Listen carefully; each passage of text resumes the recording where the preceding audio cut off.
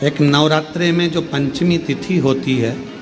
नवरात्रे की जो पंचमी तिथि है, उस पंचमी तिथि के दिन अशोक सुंदरी का जो स्थान होता है उसको समझिएगा थोड़ा सा। जैसे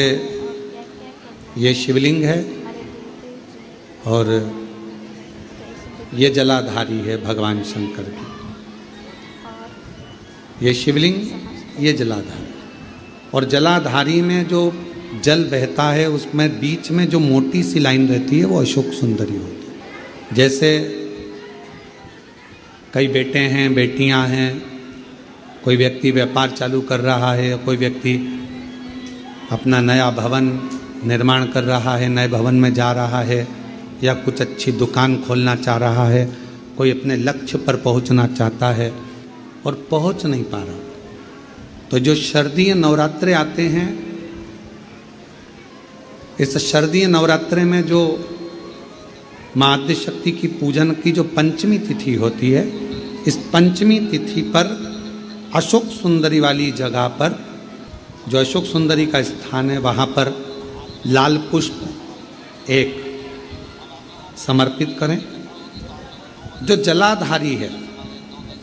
माँ पार्वती, जगत जननी, जगदम्बा, अम्बा, भवानी मैया दुर्गा का हस्त कमल,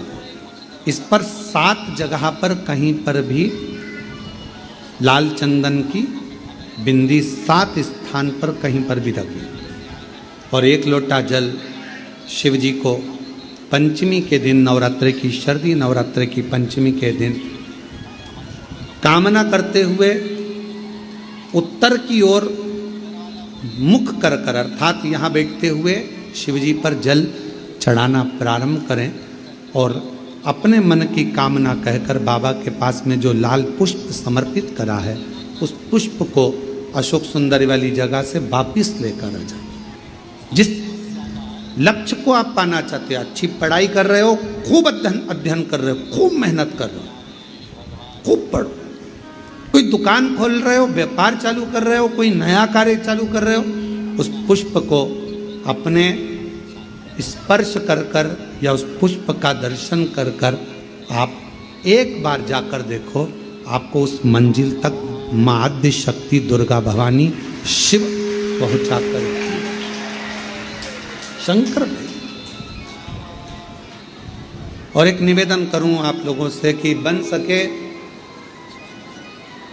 दुर्गा सप्तशती का पाठ अगर करते हो या दुर्गा सप्तशती को आप पढ़ते हो तो हिंदी का उसमें नीचे लेख आते रहते हैं, बहुत सारे वर्णन आते हैं, उसका भी पढ़ेंगे तो उसमें बहुत सारी बातें आपको बहुत अच्छी अच्छी, देवी भागवत में, दुर्गा सप्तशती में,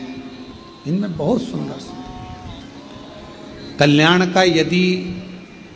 गीता प्रेस गोरखपुर से जो कल्याण निकलती है,